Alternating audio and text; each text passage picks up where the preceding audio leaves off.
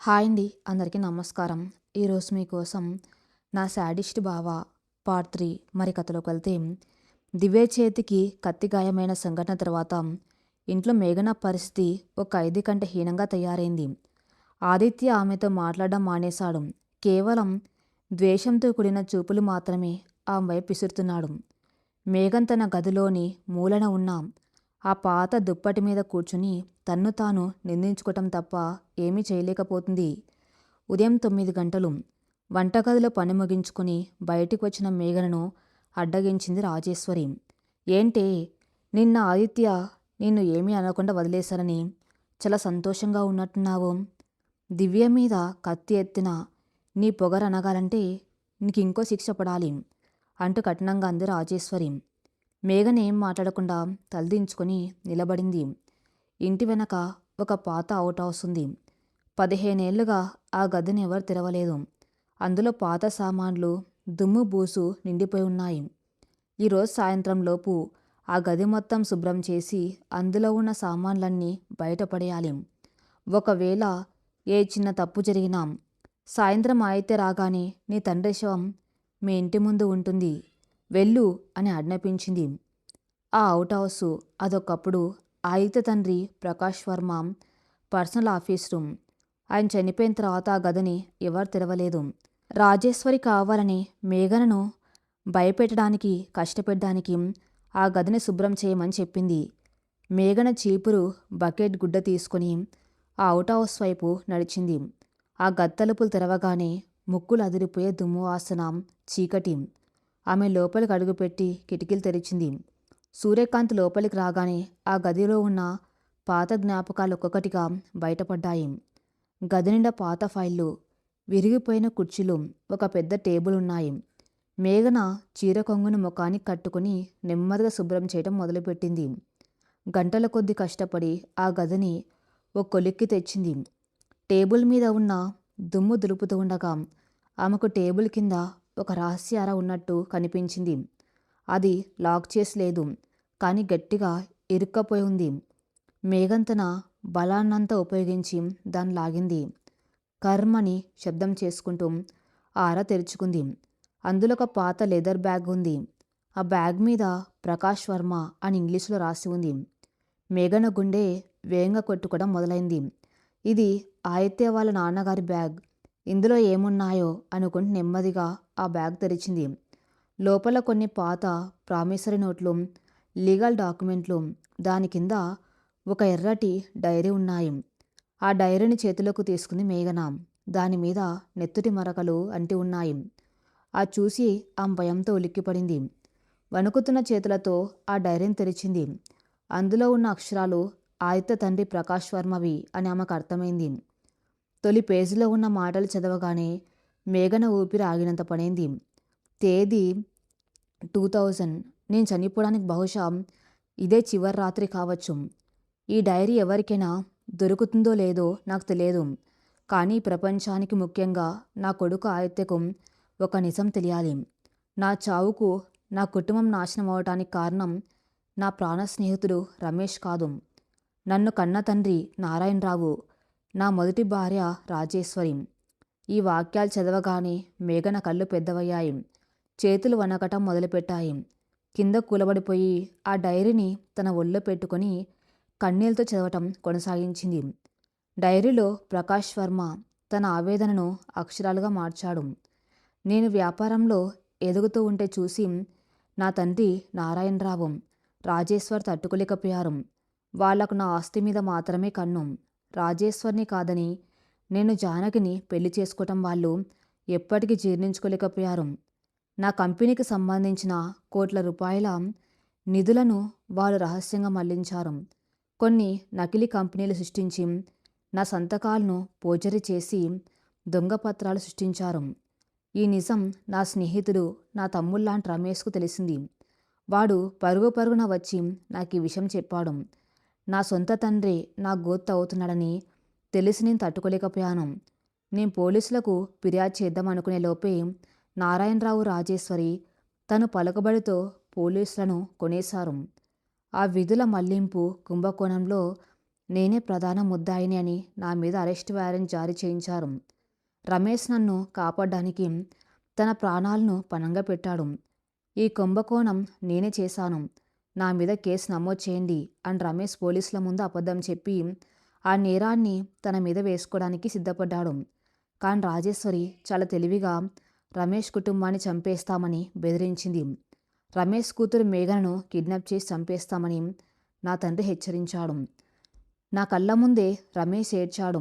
అన్నా, నా కూతుర్ని చంపేస్తారట, నన్ను క్షమించు, నేను పోలీసులకు నిజం చెప్పలేను అని నా కాళ్ళు పట్టుకొని కుమిలిపోయాడు. అందులో వాడు తప్పు ఏమీ లేదు. వాడు తన కుటుంబాన్ని కాపాడుకునే ప్రయత్నం చేశాడు. కానీ నా భార్య జానకి, నా కొడుకు ఆదిత్యకు ఈ నిజం తెలియదు. వాళ్ళు రమేష్దే తప్పు అని అనుకుంటున్నారు.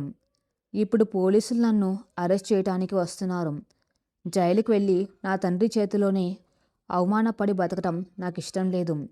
అందుకే నా ప్రాణాలు నేను తీసుకున్నాను. నా చావు కారణం నా సొంత రక్తమే. రమేష్ ఒక దేవుడు. నా కొడుకు ఆదిత్య ఈ నిజం తెలుసుకున్న రోజున రమేష్ని క్షమించాలి. నా తండ్రి రాజేశ్వర్ల నీడలో వాడు పెరగకూడదు. డైరీలోని చివరి పేజీలో ఆ కన్నీటి మరకలు, నెత్తుటి మరకలు అలాగే ఉన్నాయి. ఆ డైరీ చదివిన మేఘన గుండె పగిలిపోయింది. ఆ పుస్తకాన్ని గుండెలకు హత్తుకొని వెక్కి వెక్కి ఏడ్చింది. నాన్న, నా దేవుడు, నాన్న నువ్వు అంటూ గట్టిగా అరిచి ఏడ్చింది. ఇన్నాళ్ళు తన తండ్రి ఏదో తప్పు చేశాడని, ఆ తప్పుకు తాను శిక్ష అనుభవిస్తున్నానని మేఘన కుమిలిపోయింది. కానీ తన తండ్రి ఎలాంటి తప్పు చేయలేదని, పైగా ప్రకాష్ వర్మను కాపాడడానికి తన ప్రాణాలను సైతం లెక్క చేయలేదని తెలిసేసరికి ఆమెకు తన తండ్రి మీద ఉన్న గౌరవం వేయింతలు పెరిగింది. మా నాన్న నిర్దోషి. మా నాన్న ఎలాంటి మోసం చేయలేదు. ఆదిత్య గారు మా నాన్నను అనవసరంగా అపార్థం చేసుకున్నారు. ఆయన పగకు ఎలాంటి అర్థం లేదు. నా తండ్రి ప్రాణాలను, పరువును గాలికి వదిలేసి ఒక రాక్షసుడి చేతిలో బందీగా నేను పడుతున్న ఈ నరకానికి ఇప్పుడు ముగింపు పలకాలి. ఈ డైరీని తీసుకెళ్ళి ఆదిత్య ముఖం మీద కొట్టాలి. అప్పుడు తెలుస్తుంది ఆయనకు అసలు రాక్షసులు ఎవరు, దేవుళ్ళు ఎవరు అని తనలో తను ఆవేశంగా అనుకుంది. కళ్ళు తుడుచుకొని ఆ డైరీని పట్టుకుని ఆవేశంగా అవుట్ హౌస్ బయటకు నడిచింది. ఆదిత్య ఆఫీస్ నుంచి రాగానే ఈ డైరీని అతని చేతిలో పెట్టి తన తండ్రి పరువు నిలబెట్టి ఈ నరకం నుంచి శాశ్వతంగా వెళ్ళిపోవాలని నిర్ణయించుకుంది. సాయంత్రం 5 గంటలు ఆదిత్య కార్ వర్మ ప్యాలెస్లోకి ప్రవేశించింది. మేఘన ఆ డైరీని తన చీర కొంగులో దాచుకుని ఆదిత్య గదిలో అతని కోసం ఎదురు చూస్తుంది. ఆమె కళ్ళల్లో ఇప్పుడు భయం లేదు, ఒక దృఢమైన సంకల్పం ఉంది. ఈ రోజుతో అన్నిటికీ ఫుల్ స్టాప్ పడాలి. తన మనసును గట్టి చేసుకుంది. కొద్దిసేపటికి ఆదిత్య గదిలోకి వచ్చాడు. రోజంతా పని ఒత్తిడి. నిన్న రాత్రి జరిగిన సంఘటనలు అతను అలసిపోయేలా చేశాయి. కోటు తీసి కుర్చీలో విసిరికొట్టి మంచం మీద కూర్చున్నాడు. మేఘన్ అతనికి ఎదురుగా వెళ్ళి నిలబడింది. ఏంటి, మళ్ళీ నీ నాన్నకు ఫోన్ చేయమని నా కాళ్ళు పట్టుకోవడానికి వచ్చావా? లేదా దివ్య మీద నీ కుట్రను సమర్థించుకోవడానికి వచ్చావా? గెట్ అవుట్, కళ్ళు మూసుకొని విసుగ్గా అన్నాడు ఆదిత్య. మేఘన్ చెయ్యి తన కొంగులో ఉన్న డైరీ మీద పడింది. ఆమె దాన్ని బయటకు తీసి, ఆదిత్య గారు, ఇది మీ నాన్నగారి డైరీ. మీ చావుకు, మీ కుటుంబం నాశనం కావటానికి అసలు కారణం మా నాన్న కాదు, మీ సొంత తాతయ్య, మీ రాజేశ్వరి ఆంటీ. ఇందులో అన్నీ రాసి ఉన్నాయి, చదవండి అని ఆవేశంగా చెప్పాలని ఊహించుకుంది. కానీ సరిగ్గా అదే క్షణంలో మేఘన మనసులో ఒక భయంకరమైన ఆలోచన మెదిలింది. ఒకవేళ తాను ఆ డైరీని ఆదిత్యకి ఇస్తే ఏం జరుగుతుంది? ఆదిత్యకి తన తాతయ్య నారాయణరావు అంటే ప్రాణం. ఆయనే తన్ని పెంచి పెద్ద చేశాడు అని అతనికి ఒక నమ్మకం. రాజేశ్వరి తన పాలిట రాక్షసి అయినా ఆ కుటుంబం పరువు అంటే ఆదిత్యకు ప్రాణం. 15 ఏళ్లుగా తన తల్లిదండ్రుల చావుకు రమేష్ కారణమని నమ్మి ఆ పగతోని బతికాడు. ఇప్పుడు హఠాత్తుగా తన దేవుళ్ళ పూజించే తాతయ్య, తను కాపాడుకున్న కుటుంబమే తన తల్లిదండ్రులను చంపేస్తుందని తెలిస్తే ఆదిత్య పరిస్థితి ఏమవుతుంది? రాత్రిపూట ఉరుములు వస్తేనే భయపడి ఏడ్చి ఆ చిన్న పిల్లాడి గుండె ఈ నిజం తట్టుకోగలదా? ఆదిత్యలోని ఆ పసివాడు ఈ నిజం భరించలేక పిచ్చివాడైపోతాడేమో. తన చేతులతో తన తాతయ్యను రాజేశ్వరిని చంపేసి జైలు పాలవుతాడేమో. ఏ రక్తం కోసం తను ఇన్నాళ్ళు తప్పించాడు. ఆ రక్తమే తన పాలిట విషయమని తెలిస్తే వాడు బతకగలడా? ఈ ప్రశ్నలు మేఘన్ను ఉక్కిరిబిక్కిరి చేశాయి. ఆదిత్య తన్ని ఎంత హింసించినా అతనంటే ఒక మూల ఎక్కడో ఒక తెలియని జాలి, ఆకర్షణ మేఘన మనసులో మొలకెత్తాయి. రాత్రి తన చేతిని పట్టుకొని అమ్మా, నన్ను వదిలి వెళ్ళొద్దు అని ఏడ్చిన ఆదిత్య ముఖం ఆమె కళ్ళ ముందు మెదిలింది. నేను నా తండ్రి పరువును కాపాడడానికి ఈ డైరీని ఇస్తే ఆదిత్య జీవితం ముక్కలైపోతుంది. అతని ప్రపంచం కుప్పగూలిపోతుంది. లేదు, నేను ఈ నిజాన్ని బయట పెట్టలేను. ఆదిత్య పిచ్చివాడు కాకూడదు. ఈ కుటుంబం బద్దలైపోకూడదు.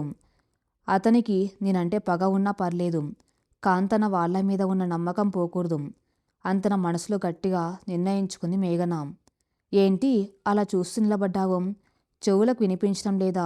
బయటకు పో అని మళ్ళీ గద్దించాడు ఆదిత్య. మేఘన ఉలిక్కిపడి వాస్తవంలోకి వచ్చింది. తన కొంగులో దాచుకున్న డైరీపై పట్టును సల్లించింది. కళ్ళల్లో కారుతున్న కన్నీళ్లను బలవంతంగా వెనక్కి నెట్టింది. ఏమీ లేదు, మీకి కాఫీ తీసుకురావాలా అని అడగటానికి వచ్చాను అని చాలా ప్రశాంతంగా గొంతు వనక్కుండా చెప్పింది. ఆదిత్య ఆమెను వింతగా చూశాడు. నాకు నీ చేతి కాఫీ వద్దు, నా కళ్ళ ముందు నువ్వు కనిపించొద్దు, వెళ్ళు అని అన్నాడు. మేఘన అక్కడి నుంచి నెమ్మదిగా వంటగది వైపు నడిచింది. ఆమె నడకలో ఇప్పుడు ఒక గర్వం ఉంది. తన తండ్రి ఏం తప్పు చేయలేదని ఆమెకు తెలుసు. ఆ నిజం ప్రపంచానికి తెలియకపోయినా పర్లేదు, తన గుండెకు తెలిస్తే చాలు అనుకుంది. వంటగదిలోకి వెళ్ళి ఆ డైరీని ఒక ప్లాస్టిక్ కవర్లో భద్రంగా చుట్టి బియ్యం డబ్బా అడుగున ఎవరికీ దొరకకుండా దాచిపెట్టింది. నాన్న చేసిన త్యాగం నాన్ననిది. ఆదిత్య వాళ్ళ నాన్నను కాపాడడానికి నీ పరువును పోగొట్టుకున్నావు. ఇప్పుడు ఆదిత్యను కాపాడడానికి నేను నా జీవితాన్ని త్యాగం చేస్తున్నాను. ఈ రాక్షసుడి పగను నేను భరిస్తాను. ఎంత కష్టమైనా సరే అతని కళ్ళ ముందు ఒక దోషిలాగే నిలబడతాను.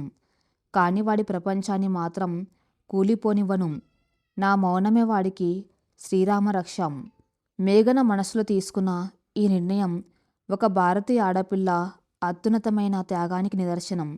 తన భర్త తనను హింసిస్తున్నాం, అతని మానసిక స్థైర్యాన్ని కాపాడడం కోసం తను ఒక అగ్నిగుండంలోకి దూసేసింది. మరోవైపు దివ్య మరి రాజేశ్వరి తమ గదిలో కూర్చొని మాట్లాడుకున్నారు.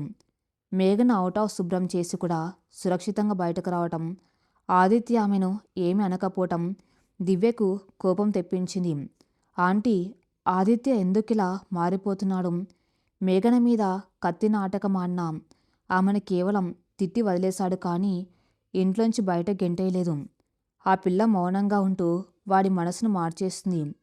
ఇలా వదిలేస్తే నా కలలు కలలుగానే మిగిలిపోతాయి. దీనికి శాశ్వత పరిష్కారం ఆలోచించాలి అని కోపంగా అంది దివ్య. రాజేశ్వర్ నవ్వి, కంగారు పడకు దివ్య, ఆ పిల్ల చావు నా చేతుల్లోనే ఉంది. రేపు వర్మగారి వర్ధంతి. ఆదిత్య వాళ్ళ నాన్నకి ఇష్టమైన గుడికి వెళ్ళి పూజ చేయిస్తాడు. ఆ పూజ కోసం ఆ మేఘన పాత చీరలు చేతిలో పూల బుట్ట పట్టుకొని రోడ్డు మీద నడుచుకుంటూ వెళ్ళాలి. అదే మనకు దొరికే అవకాశం. ఒక లారీ, ఒకే ఒక యాక్సిడెంట్.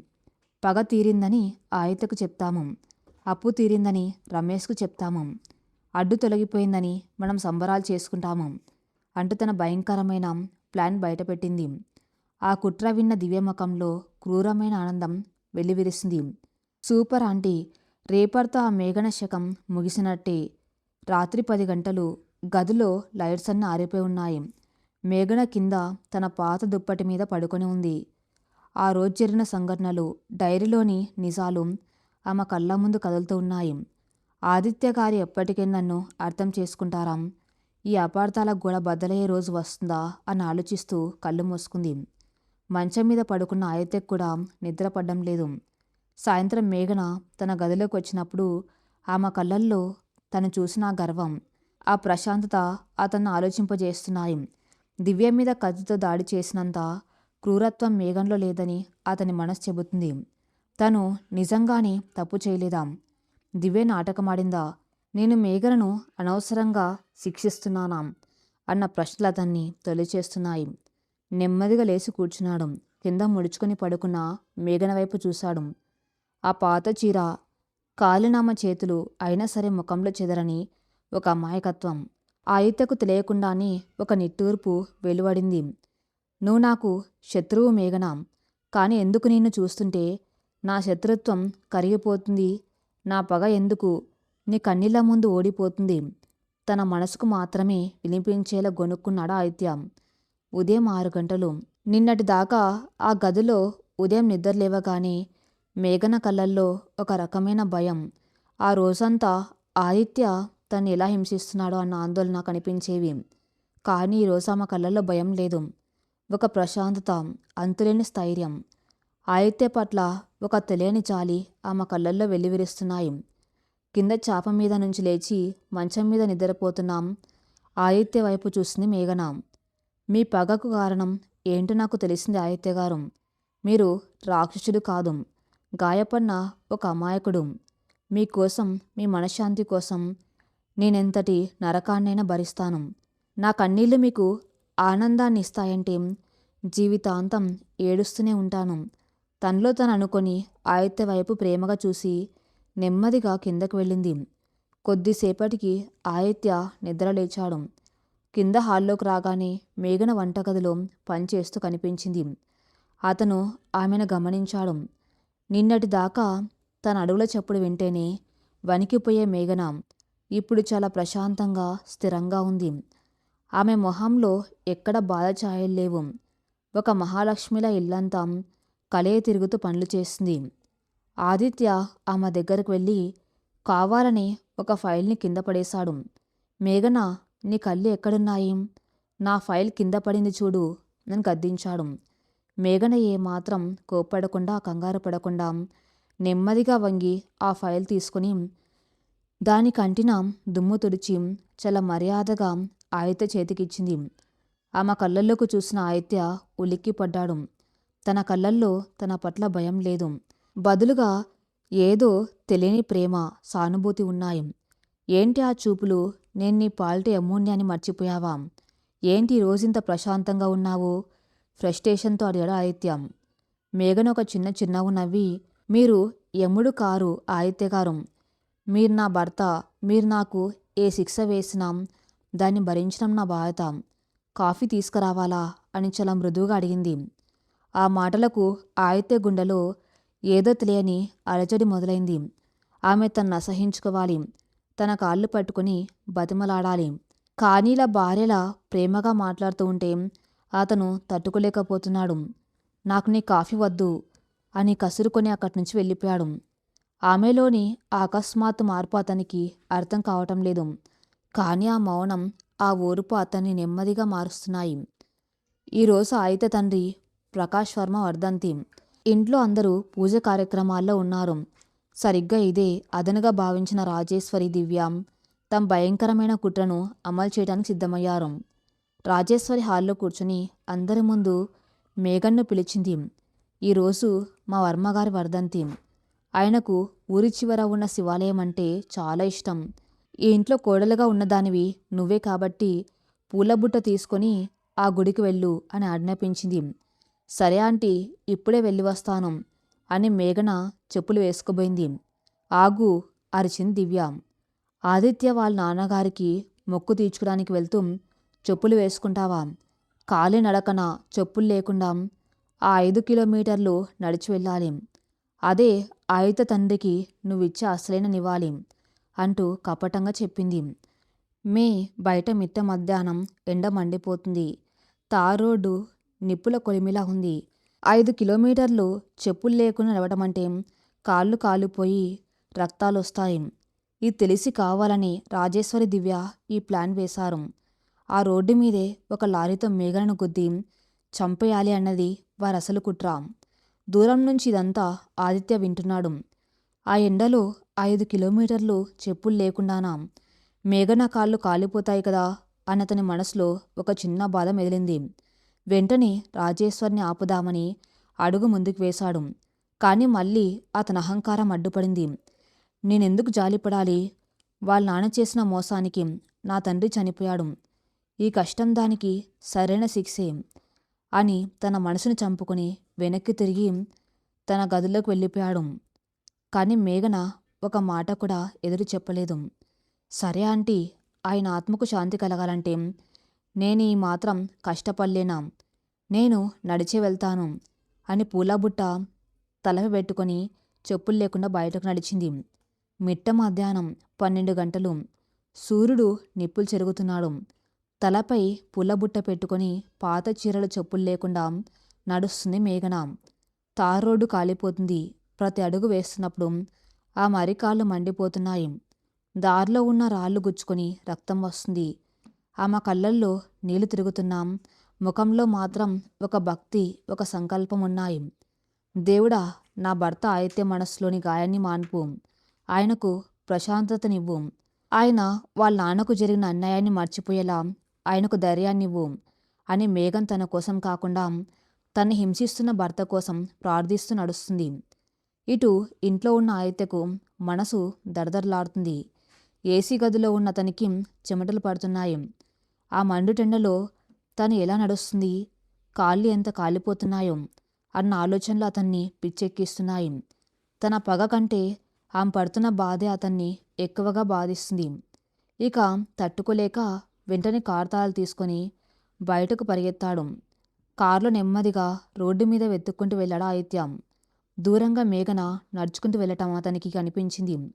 ఆమె నడక తడబడుతుంది. అరికాళ్ళు ఎర్రబడిపోయాయి. ఒక కాలు నుంచి నెత్తురు కారుతుంది. అయినా సరే ఆమె ఎక్కడ ఆగకుండా పూలబుట్టను పట్టుకుని వెళ్తుంది.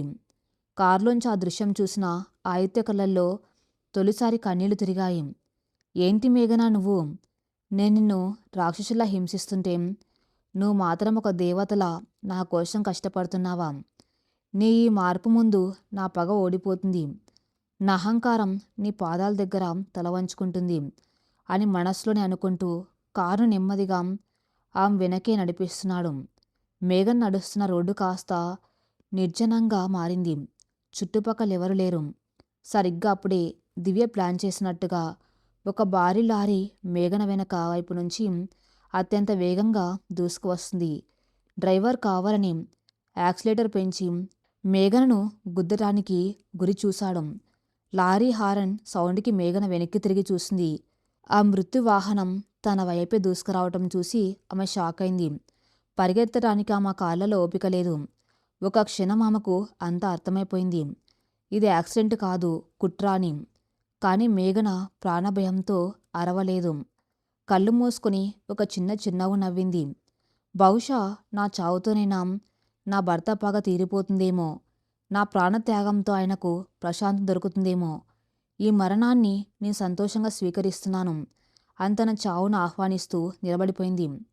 ఆమె వెనకే వస్తున్న ఆదిత్య కారులోంచి ఈ దృశ్యాన్ని చూశాడు. ఆ లారీ మేఘనను గుద్దరానికి కేవలం కొద్ది కిలోమీటర్ల దూరంలో ఉంది. మేఘన కళ్ళు మూసుకొని శిలలా నిలబడిపోయింది. ఆదిత్య గుండె ఆగినంత పనింది. అతని కళ్ళ ముందు ప్రపంచం శూన్యమైపోయింది. తన పగ, ప్రతీకారం అన్ని గాల్లో కలిసిపోయాయి. ఆ క్షణంలో అతనికి తెలిసింది ఒక్కటే, తన ప్రాణం పోయినా పర్లేదు, కానీ మేఘనకేమీ కాకూడదు. మేఘన అంటూ గట్టిగా అరుస్తూ కార్ డోర్ తీసుకుని బయటకు దూకేశాడు ఆదిత్య. లారీ మేఘనను ఢీకొట్టే క్షణంలో ఒక చిరుతపుల్ల గాల్లోకి దూకిన ఆదిత్య మేఘన్ నడుము పట్టుకుని బలంగా రోడ్డు పక్కకు లాగేశాడు. సెకండ్ వ్యవధిలో ఆ లారీ వారి పక్క నుంచి దూసుకెళ్ళిపోయింది. ఆదిత్య మేఘన ఇద్దరు కలిసి రోడ్డు పక్కన ఉన్న మట్టిలోకి దొర్లుకుంటూ వెళ్ళి పడ్డారు. మేఘన పైన ఆదిత్య పడ్డాడు. ఇద్దరు ఊపిరి గట్టిగా ఆడుతుంది. గుండె చప్పుళ్ళు ఒకరికొకరు స్పష్టంగా వినిపిస్తున్నాయి. కొన్ని క్షణాల పాటు ఇద్దరూ అలాగే ఉండిపోయారు. మేఘన మెల్లగా కళ్ళు తెరిచింది. తన కళ్ళ ముందు ఆదిత్య ముఖం, అతని నుదురు గీసుకుపోయి రక్తం వస్తుంది. ఆదిత్యకు ఊపిరి పీల్చుకోవడం కష్టంగా ఉంది. మేఘన ప్రాణాలతో ఉందని తెలుసుకోగానే అతని గుండె కుదిరపడింది. వెంటనే లేచి కూర్చొని మేఘన భుజాలు గట్టిగా పట్టుకున్నాడు. అతని కళ్ళు భయంతో ఆందోళనతో ఎర్రబడ్డాయి. చావాలని ఉందా నీకు? కళ్ళు కనిపించడం లేదా? ఆ లారీ వస్తుంటే పక్కకు తప్పుకోవాలని బుద్ధి లేదా? అలాగే రాతి విగ్రహంలా నిలబడిపోతావా? ఒకవేళ ఆ లారీ నిన్ను గుద్దేసి ఉంటే, నువ్వు చచ్చిపోయి ఉంటే అప్పుడు నా పరిస్థితి ఏంటి? నా ప్రాణాలు పోయేవి కదేం అంటే పిచ్చివాళ్ళ అరిచాడు ఆదిత్య. అతని గొంతులో ఉన్నది కోపం కాదు, ఆమెను కోల్పోతానేమో అన్న పిచ్చి భయం. మేఘన ఆదిత్య కళ్ళలోకి ఆశ్చర్యంగా చూసింది. మీరు మీరు నన్ను కాపాడారా? నా చావుతో మీ పగ తీరిపోతుంది కదా! మీ అమ్మగారి ఆత్మకు శాంతి కలుగుతుంది కదా! మరి నా ప్రాణాలు ఎందుకు కాపాడారు? కన్నీళ్లతో అడిగింది మేఘన. ఆదిత్యకి ఏం సమాధానం చెప్పాలో తెలియలేదు. తనకే తెలియకుండా తను మేఘనను ప్రాణంగా ప్రేమించటం మొదలుపెట్టాడనే నిజం అతనికప్పుడే స్పష్టమైంది.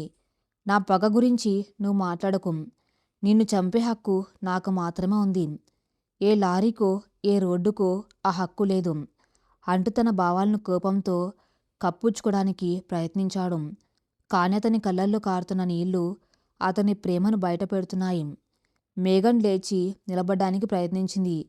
కానీ ఆ మరికాళ్ళు పూర్తిగా కాలిపోయి రక్తం వస్తూ ఉండటంతో కాలు నేల మీద మోపలేక నొప్పితో కింద పడబోయింది. ఆదిత్య వెంటనే ఆమెను తన 2 చేతులతో ఎత్తుకున్నాడు. మేఘన ఆశ్చర్యంతో అతని మెడ చుట్టూ చేతులు వేసింది.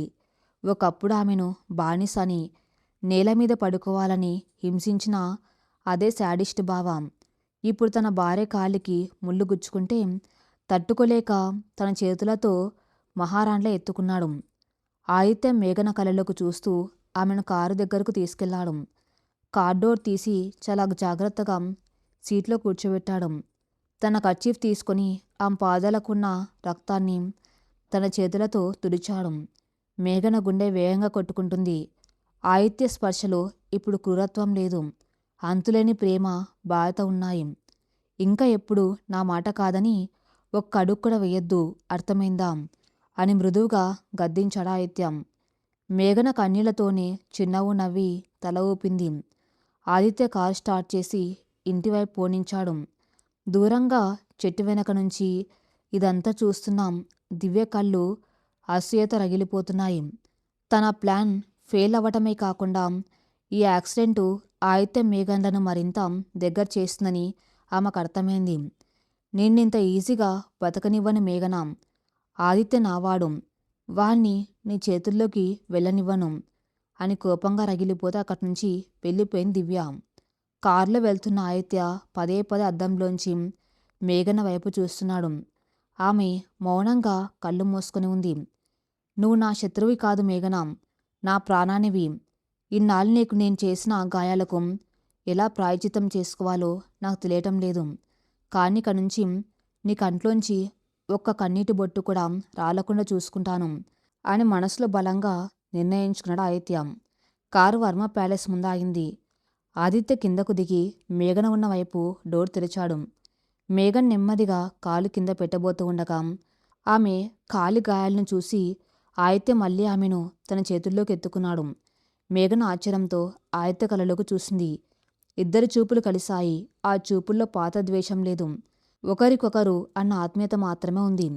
ఆదిత్య మేఘన్ ఎత్తుకొని ఇంట్లోకి రావటం చూసి హాల్లో కూర్చున్న రాజేశ్వరి, దివ్య షాక్ అయ్యారు. ఏంటి ఆదిత్య ఇదంతా? ఆ పిల్ల కాలినడకన గుడికి వెళ్ళాలి కదా, మధ్యలో ఎందుకు తీసుకొచ్చావు? పైగా దాన్ని అలా ఎత్తుకొని రావటం ఏంటి? కోపంగా అడిగింది రాజేశ్వరి. ఆదిత్య కళ్ళల్లో కోపం కట్టలు తెంచుకుంది. ఆపండి ఆంటీ, మండు టెండలో చెప్పులు లేకుండా నడవమని చెప్పటానికి మీకెంత ధైర్యం? ఈరోజు ఆ దారిలో ఒక లారీ మేఘన్ను గుద్దబోయింది. త్రుటిలో నా భార్య ప్రాణాలు దక్కాయి. ఇంకొకసారి నా భార్యను అవమానించాలని చూసినాం, కష్టపెట్టాలని చూసినాం, ఆదిత్య వర్మలోని అసలైన రాక్షసుని చూస్తారు అంటూ గట్టిగా వార్నింగ్ ఇచ్చి మేఘన్ను తీసుకుని పైకి తన గదిలోకి వెళ్ళిపోయాడు. దివ్య రాజేశ్వరి ఒకరి ముఖాల్లో ఒకరు చూసుకున్నారు. మేఘన ప్రాణాలు పోవటం దేవుడెరగా ఇప్పుడు ఆదిత్య ఆమెను తన భార్య అని అందరి ముందు అంగీకరించడం వాళ్లకు మింగుడు పడలేదు. గదిలోకి వెళ్ళాక మేఘనను మంచం మీద కూర్చోబెట్టాడు ఆదిత్య. ఫస్ట్ ఎయిడ్ బాక్స్ తీసుకొచ్చి తన చేతులతో స్వయంగా ఆమె కాలి గాయాలను తుడిచి ఆయింట్మెంట్ రాశాడు. ఆదిత్య స్పర్శకు మేఘన కళ్ళల్లో కన్నీళ్లు తిరిగాయి. నాన్న ఎలాంటి తప్పు చేయలేదని, మీ నాన్న మరణానికి కారణం మీ సొంత తాతయ్య అని మీకు చెప్పాలని ఉంది. కానీ మీ మనసు ముక్కలవుతుందని నీ మౌనంగా భరిస్తున్నాను. ఇప్పుడు మీరు నాపై చూపిస్తున్న ఈ ప్రేమ చూస్తుంటే నా త్యాగానికి ప్రతిఫలం దక్కినట్టే ఉంది అంత నా మనసులో అనుకుంటూ ఆదిత్య వైపు ఆరాధనగా చూసింది మేఘన. 2 రోజులు గడిచాయి. ఆదిత్య ప్రవర్తనలో చాలా మార్పు వచ్చింది. మేఘనను కష్టపడ్డం మానేశాడు. ఆమెను పాత చీరలో కాకుండా మంచి చీరలు కట్టుకోమని పరోక్షంగా చెప్పాడు. ఇంట్లో పనివాళ్ళను కూడా మేఘనకు సాయం చేయమని ఆదేశించాడు. అంతా సర్దుకుంటుంది అనుకుంటున్న సమయంలో ఒకరోజు ఉదయం వర్మ ప్యాలెస్లో పెద్ద కలకలం రేగింది. హాల్లో ఆదిత్య, నారాయణరావు ఒక బిజినెస్ డీల్ గురించి మాట్లాడుకుంటున్నారు. హఠాత్తుగా నారాయణరావు తన ఛాతీ పట్టుకొని ఆదిత్య అంటూ గట్టిగా అరుస్తూ కింద కుప్పగొలిపాడు. ఆదిత్య గుండె ఆగినంత పనైంది. తాతయ్య, ఏమైంది తాతయ్య అంటూ పరుగున వెళ్ళి ఆయన తలను తన ఒళ్ళోకి తీసుకున్నాడు. వంటగదిలో ఉన్న మేఘన పరుగున వచ్చింది. రాజేశ్వరి, దివ్య కూడా కంగారుగా వచ్చారు. వెంటనే అంబులెన్స్ కాల్ చేశారు. నారాయణరావును నగరంలోని ఒక పెద్ద కార్పొరేట్ ఆసుపత్రికి తరలించారు. ఆసుపత్రిలో ఐసీయూ బయట ఆదిత్య పిచ్చివాళ్ళ అటు ఇటు తిరుగుతున్నాడు. తన తల్లిదండ్రులు చనిపోయాక తనకు మిగిలిన ఏకైక ప్రాణం తన తాతయ్య. ఇప్పుడు ఆయనకి ఏమైనా అవుతుందేమో అన్న భయం ఆదిత్యను కుంగదీస్తుంది. మేఘన ఆదిత్య దగ్గరకు వెళ్ళి అతని భుజం మీద చేయి వేసి, ఏమీ అవ్వదు, తాతయ్య గారు కోలుకుంటారు అని ఓదార్చింది. ఆదిత్య ఏం మాట్లాడకుండా మేఘన చేతిని గట్టిగా పట్టుకొని అలాగే నిలబడిపోయాడు. డాక్టర్ బయటకు వచ్చాడు. ఆదిత్య గారు, మీ తాతయ్య గారికి మేజర్ హార్ట్ అటాక్ వచ్చింది.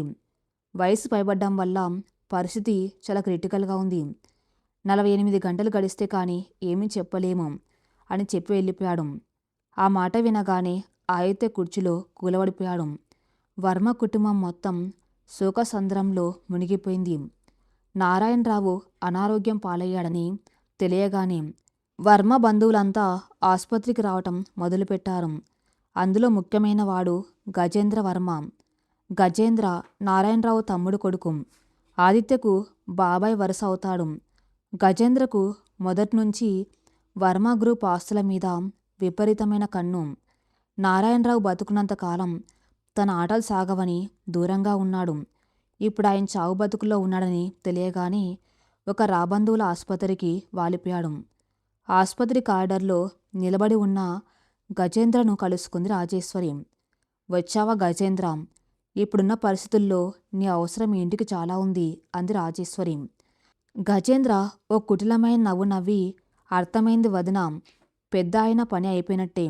ఇప్పుడు వర్మ గ్రూప్స్ మొత్తం ఆదిత్య చేతుల్లోకి వెళ్తుంది. ఆదిత్య చాలా స్ట్రాంగ్, వాణ్ణి కొట్టడం కష్టం. కానీ వాడికి ఒక బలహీనత దొరికిందని విన్నాను. అదే వాడి కొత్త పిల్లం మేఘన అని అన్నాడు. దివ్య మధ్యలో కలగజేసుకొని, అవును అంకుల్, మొన్నటిదాకా ఆదిత్య ఆమెను ఒక పని మనిషిలా చూశాడు. కానీ ఇప్పుడు ఆమె ప్రేమలో పడిపోతున్నాడు. ఆ మేఘన ఆదిత్య మనసును మార్చేస్తుంది. ఇలాగే వదిలేస్తే ఆస్తి మొత్తం ఆ దొంగ కూతురి చేతుల్లోకి వెళ్ళిపోతుంది అని ఆక్రోశంగా చెప్పింది. గజేంద్ర కళ్ళు జిత్తులా మారి నక్కల మెరిశాయి. ప్రాణంగా ప్రేమించిన వాళ్లే వెన్నుపోటు పొడిస్తే ఆదిత్య తట్టుకోలేడు వదిన.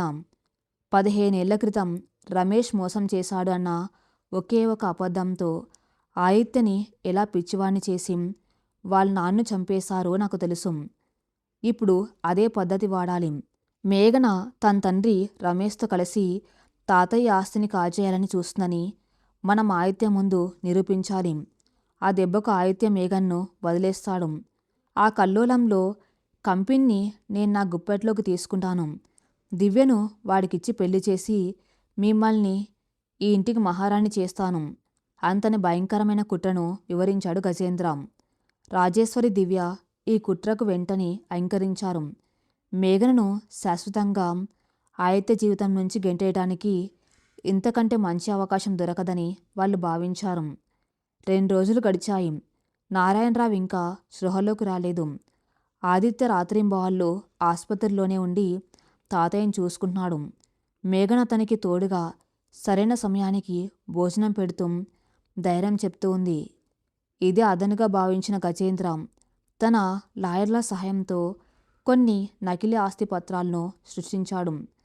నారాయణరావు పేరు మీద ఉన్న కొన్ని వందల కోట్ల పర్సనల్ ఆస్తులు, ఫామ్ హౌస్లు రమేష్ పేరు మీదకు ట్రాన్స్ఫర్ అవుతున్నట్టుగా ఆ పత్రాలు ఉన్నాయి. వాటి మీద నారాయణరావు సంతకాన్ని అచ్చం అలాగే పోర్జరీ చేయించాడు గజేంద్ర. ఆ పత్రాలను తీసుకువెళ్ళి వర్మ ప్యాలెస్లో ఉన్న మేఘన గదిలో ఆమె బట్టలు పెట్టుకునే సూట్ కేసు అడుగున ఎవరు కనపడకుండా దాచిపెట్టింది దివ్య. మరుసటి రోజు ఉదయం ఆసుపత్రిలో ఉన్న ఆదిత్యకు ఒక ఫోన్ కాల్ వచ్చింది. గజేంద్ర ఆసుపత్రికి పరుగు పరుగున వచ్చాడు. చేతిలో ఒక ఫైలు ఉంది. ముఖంలో కంగారు నటిస్తూ ఆదిత్య దగ్గరికి వచ్చాడు. ఆదిత్య, ఘోరం జరిగిపోయిందిరా.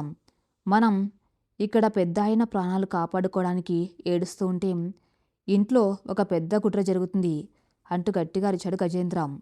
అక్కడే ఉన్న రాజేశ్వరి, దివ్య, మేఘన అందరూ కంగారుగా అతని వైపు చూశారు. ఏమైంది బాబాయ్, ఎందుకు అలా అరుస్తున్నావు? ఆదిత్య అడిగాడు. గజేంద్ర మేఘన వైపు అసహ్యంగా చూస్తూ, నీ పక్కన ఉన్న ఆ దొంగదాని గురించి, దాని తండ్రి రమేష్ గురించి నాకేదో అనుమానం వచ్చి నా మనసులతో ఎంక్వైరీ చేయించాను. ఇంట్లో ఆ మేఘన వస్తువులను చెక్ చేస్తే ఈ పత్రాలు దొరికాయి చూడు అంటూ ఆ నకిలీ డాక్యుమెంట్లను ఆదిత్య ముఖం మీద విసిరాడు. ఆదిత్య ఆశ్చర్యంగా ఆ కాగితాలను తీసుకుని చదవటం మొదలుపెట్టాడు. అవి చదువుతున్న కొద్దీ అతని ముఖంలో రంగులు మారుతున్నాయి, కళ్ళు పెద్దవవుతున్నాయి. ఇదేంటి, తాతయ్య పర్సనల్ ఆస్తులు రమేష్ పేరు మీదకు ట్రాన్స్ఫర్ చేస్తున్నట్టు ఉన్నాయి.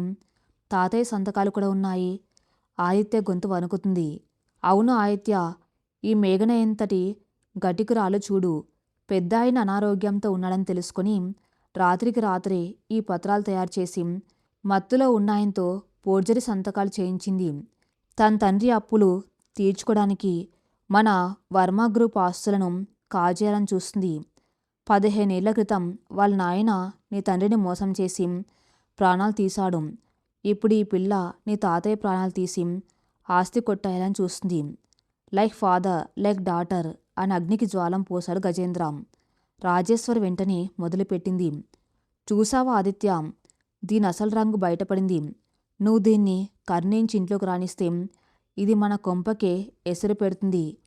ఆ రమేష్ గాడి బుద్ధులే దీనికి వచ్చాయి. ఆ మాటలు వినగానే ఆదిత్య మెదడు మొద్దుబారిపోయింది. 15 ఏళ్ల క్రితం జరిగిన సంఘటనలు అతని కళ్ళ ముందు మెదిలాయి. నకిలీ సంతకాలు, ఆస్తుల మళ్లింపు, మోసం, తన తండ్రి మరణం అన్నీ గుర్తుకు వచ్చాయి. తన పాత గాయం మళ్ళీ పచ్చిగా మారింది. మేఘన షాక్లో ఉండిపోయింది.